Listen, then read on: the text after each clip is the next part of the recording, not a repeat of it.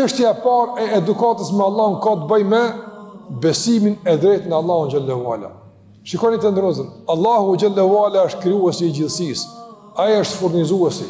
Ai ka gjithçka në dorën e tij. Nuk ndodh asgjë pa lejen e tij. Të gjithë i nështrohen dhe i përulin Allahu xhallahu ala me vullnet e pa vullnet, me dëshirë e pa dëshirë. Ai i mposht të gjithë. Të gjithë janë të varur për tij e atij askush nuk i duhet. Prandaj në bazë të kësaj Allahu është i veçantë. Lejse kemithlihi shay, nuk është i ngjashëm me të askush. Prandaj Allahu gëzon të drejta të caktuara. Ne kemi obligime të caktuara karshi Allahut mënduar që këto obligime nuk i takojnë askujt. Nuk bën që t'ja japim askujt aq që i takon Allahut te barekoteala. Dhe kujdesi dhe mirëmbajtja e këtyre raporteve me Allahun xhallahu ala që nuk janë me askë pas me Allahun është pjesë e kësaj edukate. Besimin në Allahun xhallahu ala. Me besu drejt në Allahun xhallahu xhelaluhu.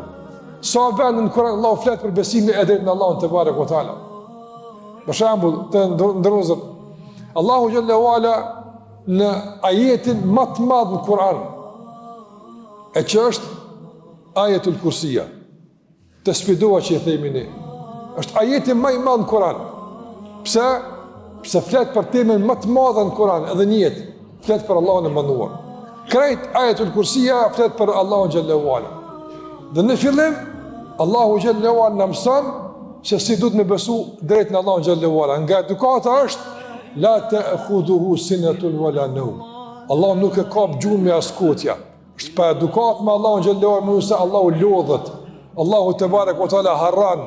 Allahu xhallahu ala gabon. Kjo është pa edukat me Zotin xhallahu xhelaluhu.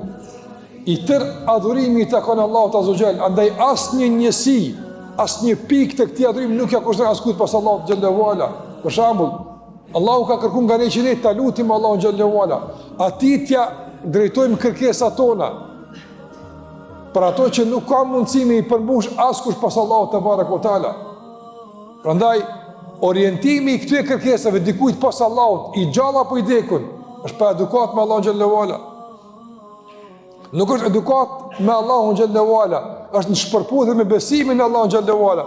Njeriu më shku me ulut tek ndonjë varr, me kërku ndihmën e të vdekurit, me kërku që ai më plotëson ndonjë kërkesë. Është në shpërputje me besimin, është pa edukat. Po e thirr të vdekurin e po e lën gjallën, ai që nuk vdes kur, ai që nuk vdes kur. Prandaj Allahu i tha pejgamberit alayhis salam: "Tawakkal 'ala al-hayy alladhi la yamut."